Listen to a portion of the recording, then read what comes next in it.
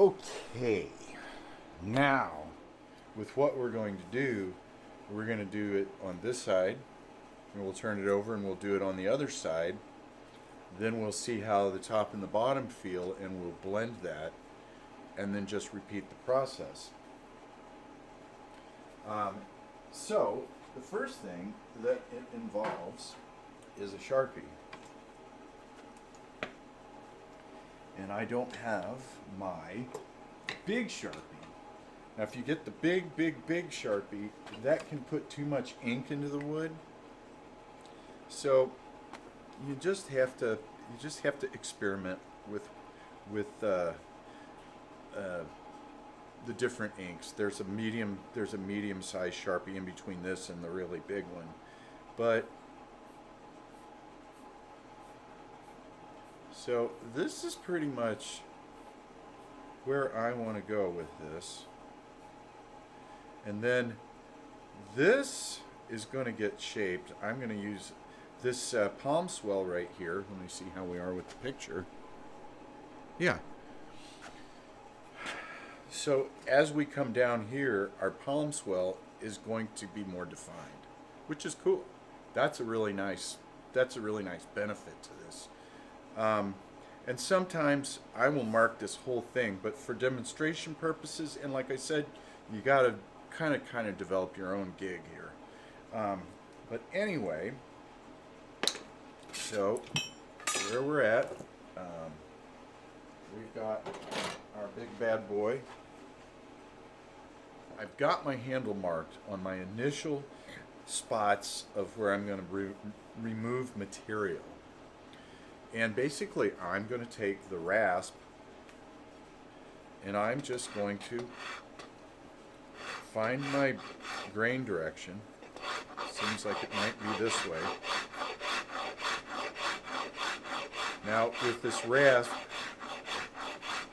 there's a couple of different things. And we're trying to, the thing I like about this rasp is, versus a file that's smaller or a file that's even smaller, this rasp, it's easy to remove material, and you're using your rasp, and you can hold once you have your axe head on. And I do this even when before I'm hafted. Once I'm down, I'll shape the handle with the axe head on, but you can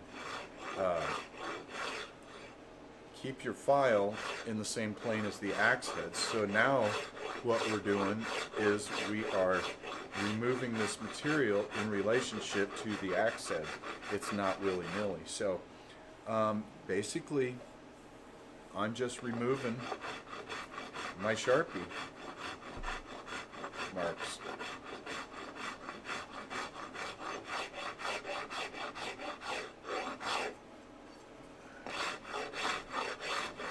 And with regards to the rasp, like I was going to say,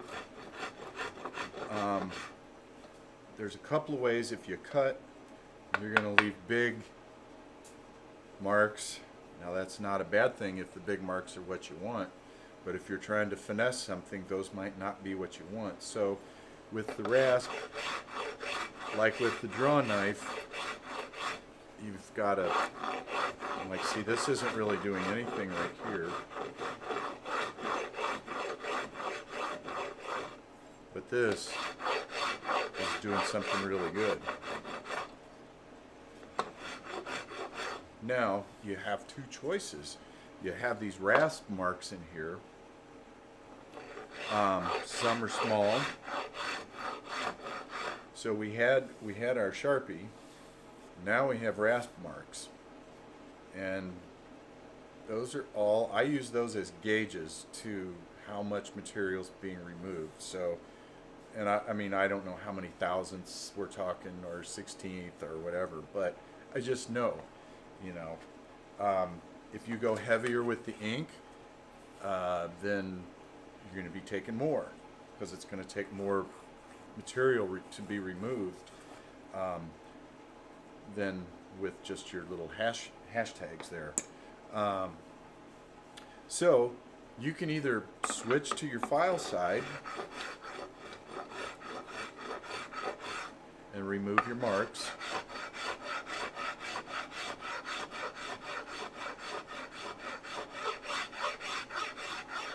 Or, let me get these back, my mic stand. I gotta tighten something in my mic stand to keep it from falling down so much. Or, let's put some marks back in it.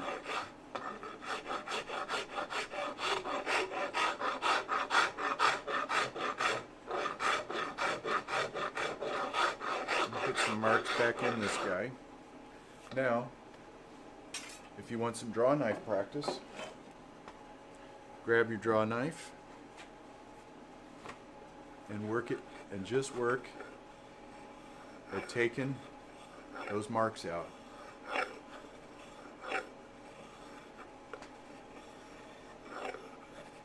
And the same would go for your spoke shave. You still have to pay attention to grain direction.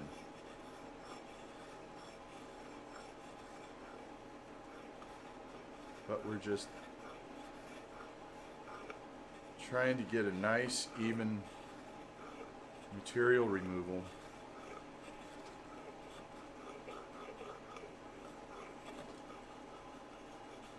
And just get these marks out.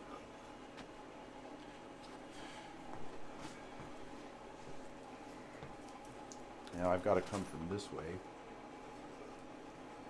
because I think I'm going to have a better time of it.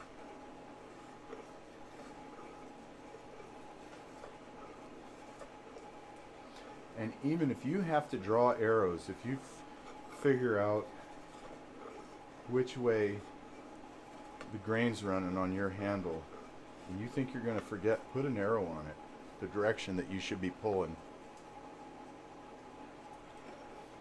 Because especially with a pre-done handle, you can shank a bunch of, you can shank it off of there and really ruin the handle. So I got most of the marks out of there, accurate. So yeah, we're gonna get some flat sides here, and then once we get our thickness, if we like where our thickness is, then we'll start to blend these, for lack of a better term, corners or these edges into the curve. It's all sort of a process. You don't want to start just kind of shaping everything all at once. You want to come down in a very, I mean, of course, you know, you can do anything you want to do. You can do anything you want to do. I'm just saying how I do it, and I am happy with the results that I get. They seem to be consistent. I have done it randomly before and made some axes that are up on the wall. And here's the problem with taking off, with removing material in a random fashion. You can take too much off in a specific area, and then you're committed. What I'm also trying to get at, I'm trying to confine this to basic tools so that you don't feel like you have to run out and go buy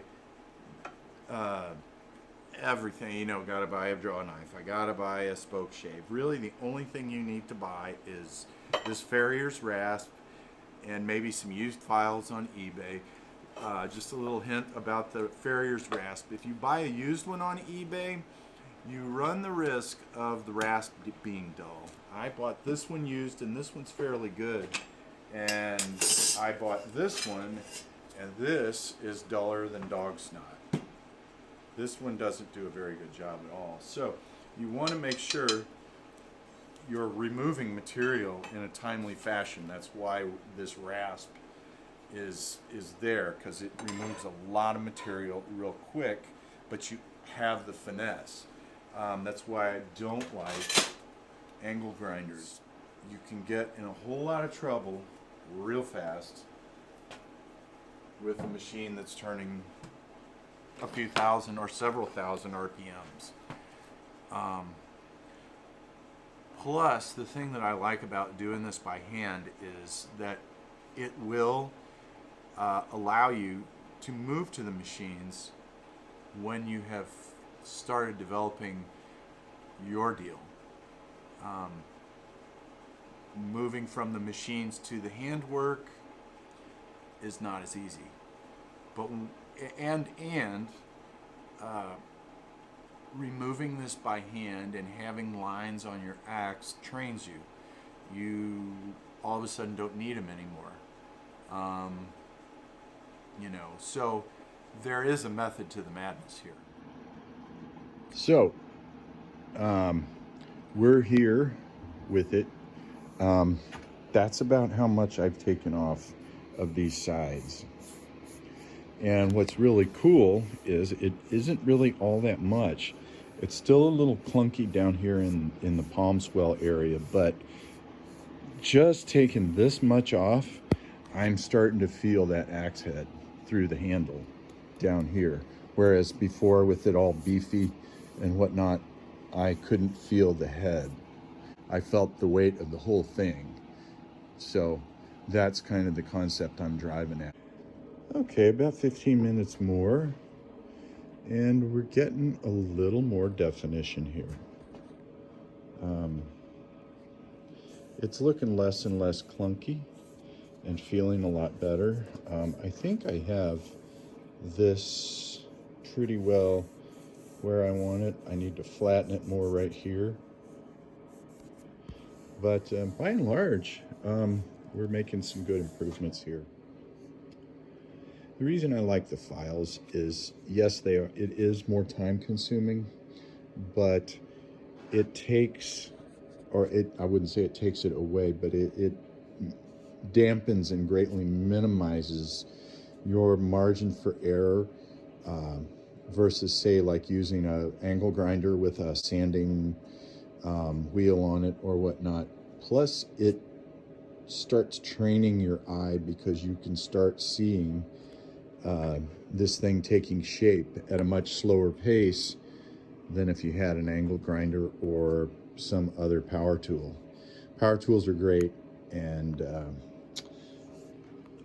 definitely have their place. And I'm sure there's people that'll think this way is complete nonsense. So knock yourselves out with your grinders and whatnot. But see how that shape is coming around there? So we're not too far off.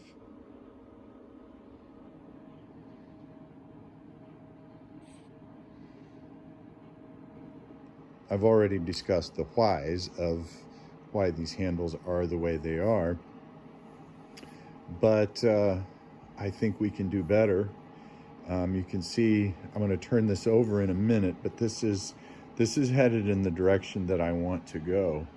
I'm going to make, see how this angle is a little bit more, I guess acute. This would be more obtuse. But we're going to make this look like this.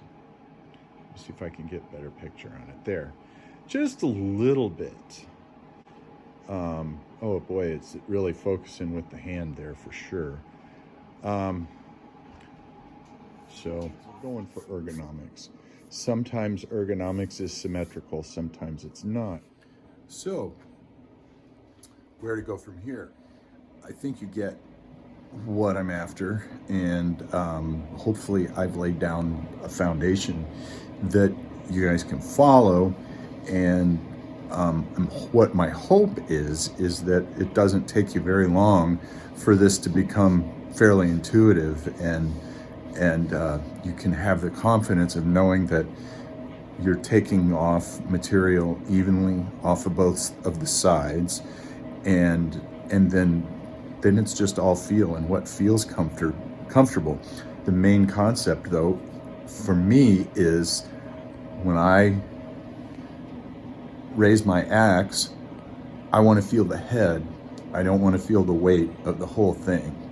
To my mind, it's the difference between making just a plain old axe and actually making an implement or a tool, something that is useful in your hands, and something that you know, when a project comes up, it'll set off a bell, and you know, I got to go grab my axe. So anyway, I hope that's helpful. We're going to finish this up, and you'll see us at the finishing table.